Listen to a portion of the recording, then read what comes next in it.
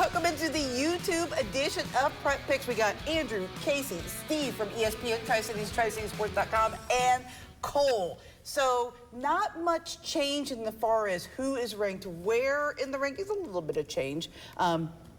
Same person still at the top of the standings. Just leave it at that. You can see for yourself. But there's some games that are close and kind of tight. Some chance for people to make up some games.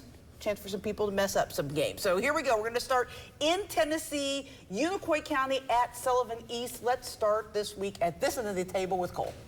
All right. So I think we talked about this in the TV show, how the Sullivan East offense is just so lethal with Drake Fisher there at quarterback, and it's one of those things where we like Unicoi and what they could do, but they're going to have to either score quick and early or they're going to have to play catch up, and I just don't, asking a little bit too much from them. I'm going to go with Sullivan East. You know, Drake Fisher gets all the kudos and the plaudits, and well, he should for what he's been able to do throwing the football, but there's got to be guys out there catching the ball, too. I like tight end Corbin Lazier, wide receivers Tyler Cross, Caden Roberts, the running back out of the backfield, Donovan Smith-Peters. So it's not only just Drake Fisher, it's a lot of others. Obviously, that offensive line keeps him clean. Unicoi County, they've only allowed 6 points each of the last 2 weeks, 6 to Pigeon Forge in that big win, but this is kind of a different animal right here with this Sullivan East team. So I'm going to stick with the Patriots. I just think they have too much offense. Casey? Yeah, you know, seeing Sullivan East in person last week on TV, it was fun to watch what they do. You know, I think they're going to get a bigger test this week. The one thing is, though, they have really struggled stopping running teams. I mean, last week, Volunteer was able to run the ball much, you know, not as much as Tennessee High did the week before. I think Unicoi will try and shorten this game as much as they can and chew that clock up, and I think they will be successful, but Sullivan East maybe one more score. I think a close game, maybe a touchdown, 10 points, but I'll take Sullivan East. Yeah, when I talked to JC earlier in this season, I mean, he said this is a game he always loves to play because he always knows what he's going to get, a tough Drew Rice squad, and that's exactly what Unicoi County is this year. But I think, like you said, Casey, just 1 or 2 plays will make a difference, and East gets the victory. I think this is a classic clash of offense versus defense. Unicoi County's defense hasn't given up very many points, and obviously we all know what Sullivan East offense has done. I think at the end of the day, though, that offense is very explosive. I think Unicoi County is going to be a very good team. I think they're going to be in the mix for that region title, but I think I'm going to have to join the group and make unanimous and go with Sullivan East. Okay. Up next, what I think is the best game of the week, the marquee game of the week. Couple of undefeateds, Greene County bragging rights. I know there's like 10 schools in Greene County, not that many, but like 5. But one of many games for bragging rights in the county. South Greene at Chuckey-Doak. Wow, I haven't even been drinking yet. South Greene at Chuckey-Doak. Steve, who do you like? I didn't know this was a drinking show. This is a PG show. It's a high school show. Maybe later. These two teams are very evenly matched. Both offenses, you know, you can look at 40 with both of them every night out.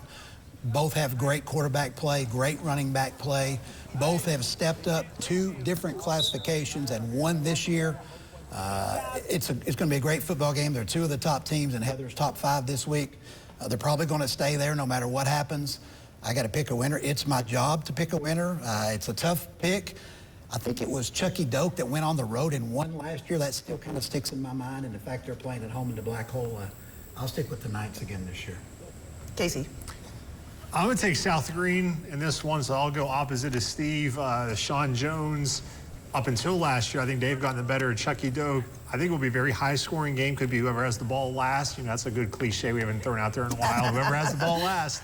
But I'll go with South Greene to get this win. Andrew. It's kind of interesting because usually a lot of teams, like both teams played last Thursday, so they're both getting an extra day of rest, extra day of preparation, and I mean, I think this might be one of the best games we see all year. Chuckey-Doak has such a fantastic offense. Palazzo at quarterback, Isaiah Treadway, and then you've also got Brayson Mervin on the out. He can do everything, like that little skill player. But then with South Greene, you've also got a great team there. You've got Susong at quarterback, and then Nash Rader, one of probably the best running backs in Northeast Tennessee. And I'll put it this: whoever wins the coin toss, I think will win. So I'll go with South Greene winning the coin toss. It's their away team. So whoever defers to the second half, I think gets the victory. Heads or tails. So this was a tough one for me, probably obviously the best game, so it was tough to look at it, but I got the chance to go to both practices this week, and I think the message is that this is another good rivalry game, and like you said, South Greene has had the upper hand for a while until last year. Talking to Coach Jones, it's we're 2-0, but this is a game that's going to determine what can happen the rest of the year for us because it's such a big game. And I liked what I saw at both practices, but I think I want to go with the road team here and go with South Greene, so I'm going to go with them. So I think that this is a fascinating matchup just from the pure fact of South Greene is a Class 2A school, but I don't think they've played anyone their size this year, have they? I think they've played bigger schools in both the games that they've played this year. And I love the quarterback play of Susong. I think that he's one of the best quarterbacks in the area. So I agree. I think this could be a high-scoring game. I think this is going to be an incredibly close game. But I'm going to go on Team South Greene here. So we're going to leave Steve out on an island. And yeah, sorry. You know, as you're about to say, this is a competition. Yeah, so right. I love both teams. I'd like to pick them both, but I can't. All right. I love this matchup. Cross-state rivalry, two of the storied programs in the area. Science Hill at Union, Bullet Park. Andrew, you are going to this game. We're going to start with you. Man, I don't want to make people mad at this one, but I mean, this is welcome to Prep Picks. Yes, 6A school against a 2A school. I mean, you got to look at it, and that's really what I think is going to be a big thing on Friday night. Science Hill is going to have players that aren't playing both ways, maybe one or two, but Union, you're going to see a lot more playing two ways, and I think that's going to be a big thing on Friday night numbers. Union hasn't given up any points this year, which is a crazy stat too, but I think they'll give up some points on Friday night, and I think Science Hill gets the win. Casey? This is the game I'm most intrigued about of any this week, just as you mentioned, just the size difference and the fact that Science Hill is going all the way up to Bullet Park. I think they're going to be in for just the atmosphere. I don't know if they're going to play in a game this unique all year these kids have ever played in a game like this, because they're going to be warming up like, where is the other team at? And they're going to come in about 5 minutes before kickoff, march down the field, and it's going to just be a different atmosphere. We're going to be at Union in a couple weeks. I want to be able to make sure I'm allowed in. I got the Bears with the win over Science Hill. Cole.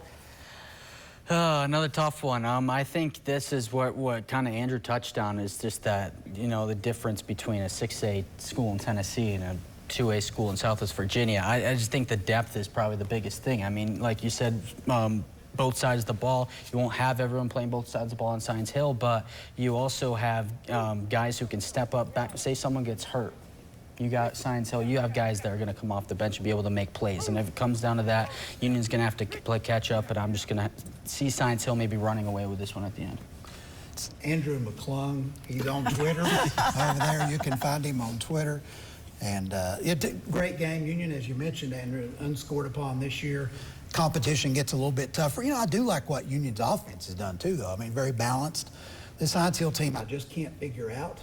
I thought they might be 3-0 going in this game and very close to being 0-3. I still think it's a very talented Science Hill football team. And so at that point, there's a reason she put the Union helmet way far away from me on this table, and I'll go with everybody else. I think Casey's just kind of lost focus going to news. Okay. And so anyway, I'm gonna stick with Science Hill. Excuse me. See, you almost said Union. I did. I put the helmets over here because I didn't want you to have to sit behind the Science Hill helmet for a second straight week, have your Dobbins Bennett people all over you. So, yeah, I agree with everything that's been said here.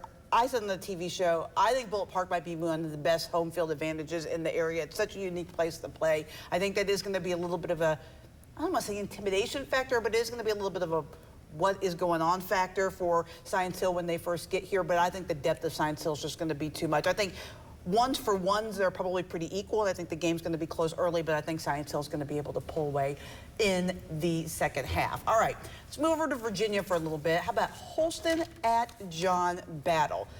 John Battle lost last week, but they still look pretty strong against Virginia High. So, do they have another win in them this week, Casey? Holston also lost last week on a heartbreaker, gave up a Hail Mary on the last play of the game to Narrows, and then a 2-point conversion that gave Narrows a 1-point win. So you wonder, how's Holston going to respond? I believe last year John Battle beat Holston, and that was kind of surprising because I think it was right after we did a Holston game when they blew out Twin Springs, and then they turn around and lose the Battle. I think Holston remembers that. I think Holston goes on the road and gets a win over Battle. Andrew? John Battle, I mean, I don't think a lot of people realize that game was 13-6, but if you go back and watch the highlights against Virginia High, they had 3 or 4 opportunities in that fourth quarter to tie that game up or even potentially take the lead. And it was just those turnovers they made in the red zone, turnovers they made turnovers at crucial times. And I think that Battle won't make those turnovers this week, and they'll get the victory and to make a clean sweep in Washington County on victories against Abingdon and Holston. Still lost to Virginia High. I know that Virginia's not technically Bristol, in Washington County, but Cole. Yeah, I think we got really happy and excited and all hyped up on John Battle after their win at Abingdon a couple weeks ago. They looked really, really good. You were at that game. But then just coming out and only scoring 6 points against Virginia High, not capitalizing on their chances, I think you kind of cool off on them a little bit. And I think Holston coming off that 1-point loss, like Casey said, they're going to be a hungry football team, and losing to this team last year, I think they're going to come out here and win this one. My record's not reflective of how close that game was. My record, it was like a 50-point beatdown. I'll put an asterisk next to it. Exactly. You know, these two teams, Andrew mentioned it, 4 picks by Battle last week. Casey mentioned it, the game by Holston, excruciating loss. These two teams, breathe in, breathe out, move on. That's what they've got to do this week. I'm sticking with Battle, okay? I'm going to stick with you guys. I'm giving you one more chance to help me out here and get back in this race. But I like what Battle is doing this year, even though they've only had 1 win in the entire trip around the sun, last 365. But it was against Holston, so I'm sticking with the Trojans. I like what they did, even though they lost last week. As you mentioned, kind of impressive in how they did so. This is not your father's John Battle team. Casey's jumping off the bandwagon, but I'm jumping on. I'm taking John Battle this week. All right, the Friday night rivals game of the week, Gate City and Abingdon in Gate City. I don't think any of us had Abingdon winless going into this game. Casey, you're going to be on the call, so I'll start with you. Yeah, really excited to go to Gate City. The first time we broadcasted a game at Gate City. We've had them on before, but they've been on the road, so excited about that. I go back to last year. Gate City was 0-2 going to Abingdon. I don't think anyone thought they were going to win that game. They did. They won 8 of their last 10 games, really springboarded them. Could the same thing happen for Abingdon this year? They're 0-2. They got blown out last week by Christiansburg after losing a close game in week 1. I don't think so. The Blue Devils got to 3-0. I like their depth. They got 54 players for a 2A school, I believe is what they have. I think that's a pretty solid number. I like Gate City to get the 3-0. Big win at home. Andrew. I like big numbers too, but what I really like about Gate City is I like Luke Bledsoe at quarterback. That guy, so he's not afraid of contact. He'll lower his shoulder and go into contact. I remember a play last year where he broke 9 tackles, I think it was against Union, and he just ended up in the end zone 35 yards later. I mean, he is a physical force, and I think he'll be a big factor in the Blue Devils getting the win on Friday night. Steve. Yeah, another reference here. Changes in attitudes, changes in latitudes for these two teams. Gate City 2-0 for the first time in 9 years. Abingdon 0-2 for the first time in 10 years. I was at Gate City's media day, and all those Gate City players were so kind to me because I picked against them all year last year, and they always won. And they said, please don't stop picking against us. Well, I'm going to stop right now, okay? I'm stopping now. I'm taking Gate City to win this one. Cole. Yeah, so I think with, Casey being there on the call, Friday night rivals, it's going to be a good atmosphere. I think getting their first game there, so I think the home field advantage plays a big part in this one as well, but I just don't think we've seen anything out of Abingdon here in the first 2 weeks that suggests that they're going to make this a game or come out here with the win on the road, so I'm going to go with the Blue Devils. So Abingdon's a young team. Casey, you talked about that with me earlier today. And I think they're a team that's going to get better as the year goes along, but when you're a young team looking to improve, Gate City is not the place you want to be headed to. So I think it's still going to be a little bit of a learning curve, so I'm going to make it unanimous. I think we're all going with Gate City. And a cool thing, too, they're honoring the 2003 state championship team Friday night, too. So that atmosphere is going to be even more electric in Gate City. As if you needed it to be any more electric in Gate City. That place is always, even when they're not winning, that place is always crazy. Great group of fans. All right. Honaker at Rye Cove, 2 undefeated teams squaring off this week. Let's go back down to this end and start with Cole. All right, Rye Cove has a pretty good chance here, I think. I think this is really Honaker's first real big test. They breezed their way through both Lebanon and Castlewood last week. Over 100 points. That offense is pretty explosive. Rye Cove's going to give them a tough game, but I mean, like I said in our TV program, if this becomes a shootout, I can't go against Peyton Musick tossing that ball around the yard and Aiden Lowe coming out of the backfield and the athletes they have, so I'm going to go with the Tigers. And the Honaker scored 105 points in the first half. Yeah, in the first half. So Rye Cove, you can't come out and let Honaker jump on you right there. Rye Cove's not been scored upon this year, only allowed 98 yards total offense. I like the Eagles quarterback, Landon Lane, running and throwing the football. You know, if the song were called One Particular Cove, I'd have to go with Rye Cove, but it's not, so I'll go with Honaker. I'm loving this. I hope everybody's picking up what he's throwing down because I'm loving it. Go ahead, Casey. I'm going to take Honaker as well in this one. Just, their offense, I think, will be a little bit too much. I don't think they're going to get, 60 points and a half like they have their first couple games. Rye Cove, much tougher test, their toughest test this season, but they still pass. I take Honaker. Casey, I think you're right. Honaker's going to win, but Lubbock is not a bad football team. It's still, we kind of figured that out last week. Honaker might be one of the best teams in the area. That air raid is just tough to defend, and you stop one athlete. Oh, we stop Peyton Musick. No, you can't stop. You got to stop Aiden Lowe. Stop Aiden Lowe. Oh, you still got Parker Bandy. I think Honaker goes to Rye Cove on Friday night, and they win big. So last year when Rye Cove had their historic season, one of the knocks on them was their strength of schedule. They didn't really play a very tough schedule. I think their one loss was to Lehigh, and Lehigh's good. They're a much bigger team, but they really were never challenged outside of that Lehigh game. They're going to be challenged this week. And regardless of what happens in this game, this is going to make Rye Cove a better team come playoff time. But as Andrew said, I think Honaker may be the most talented team in Southwest Virginia, and I think their offense is really going to be tough to stop. And so I am also going to, make it another clean sweep and go with Honaker. All right, let's go back to Tennessee and little Carter County bragging rights game. Happy Valley at Hampton. Steve. Yeah, Happy Valley offense has really struggled this year. It's not like Hampton has, put points up all over the board. They've had one good offensive game, a couple of struggles. Hampton's played a pretty tough schedule, though. Let's admit that, especially going to Pigskin, North Carolina last week. And at the end of the day, I just think Hampton's able to score more than Happy Valley will be able to offensively with what they can do running the football with Burleson and company. So I will stick with the Bulldogs. Casey. I think Hampton takes out some frustration this week, and they win big over Happy Valley. I like what you mentioned with the strength of schedule. Hampton 1-2 going into this one. I don't think a lot of people saw that, but play a tough Pigeon Forge team week 1, and then you got Pisgah last week. I think they start region play 1-0, getting the victory over Happy Valley. Cool. Yeah, I agree with all of you there. I'm going to stick with Hampton. I think, as far as we know, the region runs through, their division runs through them right now. They had a good year last year. I think they're going to, build off of that tough schedule early on, and they're going to run away with this one. So Happy Valley, they're really high on their team, and the offensive struggles have been a little bit of a surprise for them. And going up against that Hampton defense when your offense is struggling, that's a tough place to have to go and figure things out on offense.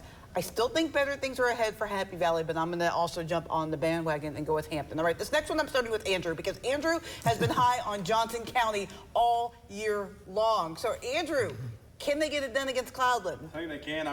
They had an impressive performance. That's the thing. Johnson County has been good every single week. It's not like they've been shut out or shut down in each game. They've been in every single football game, and they finally showed it last week. I think a lot of people weren't expecting that game to be. I think a lot of people thought that one was going to be close.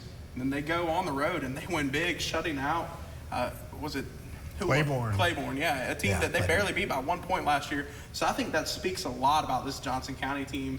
And just a much bigger school of 3A against a 1A. I think Johnson County gets the victory at home on Friday night. I'll take Johnson County as well. They only lost to Sullivan East by 4 points. Played Hampton close, like Andrew said. I'll take Johnson County to get the win. Yeah, Johnson, in fact, the 2 losses for the Longhorns have been by a total of 10 points. But Cloudland's already played 3A team once this year. They played West Greene really, really tough. Now, that was at Orr Field on Roan Mountain. This one's on a different mountain over in Mountain City. And I like the senior quarterback, Connor Simcox. Seems like he's been there forever, hasn't it? But, big old guy, too. Yeah, 6'6" quarterback. Yeah, just that leadership and that ability by Simcox, I'll go with the Longhorns. Yeah, a lot of common matchups through the first few weeks between these two, and just based off of some of those wins, Cloudland's win over Happy Valley just came down to a pick 6 that kind of turned the tide on that one. But the way Johnson County's been able, like you guys have said, to compete with these other teams, those tough losses, you got to give the edge to them. Close game. I think this is going to be maybe the closest game of the week, I really want to take Cloudland because that team just always finds ways to win. I mean, they're easily the class of Class 1A around here. But I think the size and the depth of Johnson County is going to be too much. Less than a touchdown difference, but I'll also make it a clean sweep and go with Johnson County. All right, let's go back over and close this out. 3 games in Virginia, starting with Ridgeview at Central. We're talking about 1-1 against 2-0. Who gets the win this week, Steve? Yeah, Ridgeview's won big, both of its first 2 games. Rhino Quinn's got 9 total touchdowns. Meanwhile, Wise Central, lost to a team that broke a 10-game losing streak last week. This one just got Ridgeview written all over it, maybe in a big way. So, come Monday, it'll be okay, Wise Central. I should have like a bell. When I edit this, I'm going to edit the bell and see how many of these I catch. Cool. Yeah, I'm sticking with Ridgeview in this. They just, the way they can put points up, like you said. I think they're outscoring their opponents 100-6 or something like that. Central hasn't shown anything to prove they can make this a close game. Barely beat Eastside, a loss last week. So I'm definitely going to stick with Ridgeview. Andrew? I think Steve hits on it perfectly. Ridgeview might send Central into a daze, kind of a Florida daze. I think Ridgeview gets the win on Friday night. I'm not counting yours. These two played one of the most iconic games I remember, that Fog Bowl many years ago. You were at that game, right? Yeah, you were having that Fog Bowl. Yeah. I can't believe I saw the highlights. Yeah. But that would be weather elements would have something happen. If Central would have a chance to win this game. I don't think there's any fog planned for Friday night, so I'll take Ridgeview to get the win. Ridgeview was ranked #1 in my preseason poll and has held on to that all season. I don't see that changing this week. I think Central has got some things to figure out. I think they will get it figured out. I think if they were to meet again in the postseason, it might be a little bit more competitive game. But right now, Ridgeview's just got too much of a head start to start the season. All right. An intriguing game for me because it's 2 teams that I don't know that we've picked since I've been here on Prep Picks. Thomas Walker at Castlewood. I think this is going to be an interesting game, if nothing else. Cole? Yeah, it's interesting and tough because we don't know too much about these 2 teams. Thomas Walker got beat up pretty good by Lehigh last week, but they do have that opening season win. Castlewood's looked tough. They had to get beat up by Honaker last week. They're one of those victims there. This is just one of those where I'm going to go with the team that has the win so far. Maybe they know how to win a game. I got to go Thomas Walker. Yeah, I'm kind of in the same boat there, Cole, with you. Castlewood's been outscored 96-8. They're kind of the team now in Southwest Virginia that needs to get off the snide on the long losing streak, but I don't think they quite get it done this week against the Pioneers. Casey? Thomas Walker. It's a far trip from Ewing to Castlewood. I'll take Thomas Walker. I get another 4 for 4, and let's see if Heather makes it 5 for 5. Oh, it's 5 for 5. Thomas Walker, going up against Lehigh, it's a tough matchup, right, because it's a much, much bigger school. Lehigh's on the bigger end of the Class 2, and Thomas Walker's on the smaller end of Class 1. But expectations were really high going into the season for Thomas Walker, and I think they get things on track a little bit this week, so I'm going to take them to win at Castlewood as well. All right, Patrick Henry at J.I. Burton to wrap things up. But this was 3 years ago. We're talking region championship game. These are traditionally 2 of the powerhouses in the area, but Burton has struggled to start the year. So can they get up this night against Patrick Henry? We'll start with Casey. No running clock second half. Patrick Henry big. Well, if you're watching this, you're getting this surprise Cameron Goodspeed player of the week, and he could potentially be player of the week the second week. He could have a big game. PH's O-line. They look like men among boys in that region, and PH wins. And like I said, Casey said, it might be even, honestly, after the first quarter, that running clock starts. Cool. Yeah, when Andrew told me just how big some of those offensive linemen, you can only see so much on film, but just when you telling me firsthand how big they are. You didn't believe me last week when I said it? No, I believed you, but he told me there's the shortest one, what, 6'2"? 6'2", yeah. Yeah, you don't see that everywhere around here, so that, that's a different story. I think Patrick Henry runs away with this. They're probably the only team right now that could hang with Honaker.